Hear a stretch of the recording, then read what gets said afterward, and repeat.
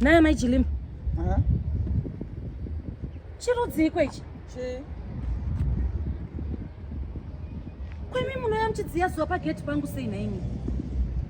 Ndo pane zuva riri kutorova zvakanaka. Na Amai Jilimba sei muchidaro imimi. Chiiko ndatadza chi? Ndatadza chi? Asi mune muedzo neni here Amai Jilimba.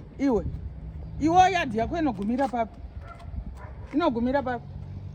Asika. Ngati yadhi yako inogumira papi? Asika. Yadhi yako inogumira. Inangu handichadi zvokuri manchitaura nemi Amai Jilimba. Ndageza maoko ndakumbirisawo Amai Jilimba chandakakutadzira indiregererei. Shuwa munobva kumba kwenyuko moya uzodziya zuva pagate pangu. Munotembei kweimimi. Ndotembei chi? Ndakuzokutsvukai manje.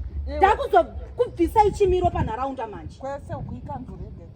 Ikanzurege. Mai mapfumo. Muri kuona mai vamunonda matanawo mashura vari kundiitira. Shuwa vanobva kumba kwavo.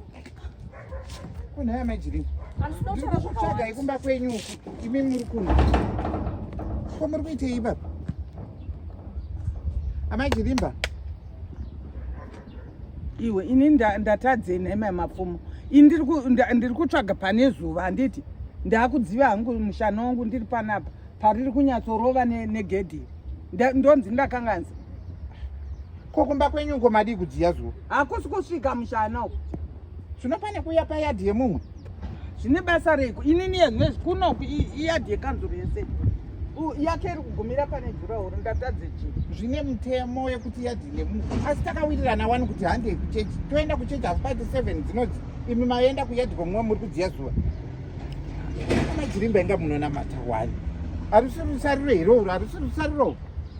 Rusariro ndangoita kumechesa negauni rangu. Saka ndimi vaye vanoita zvekungoti chero mangoita. Chero mangoita. Inemowo futi munatwa iye. Ndinatwa kudi?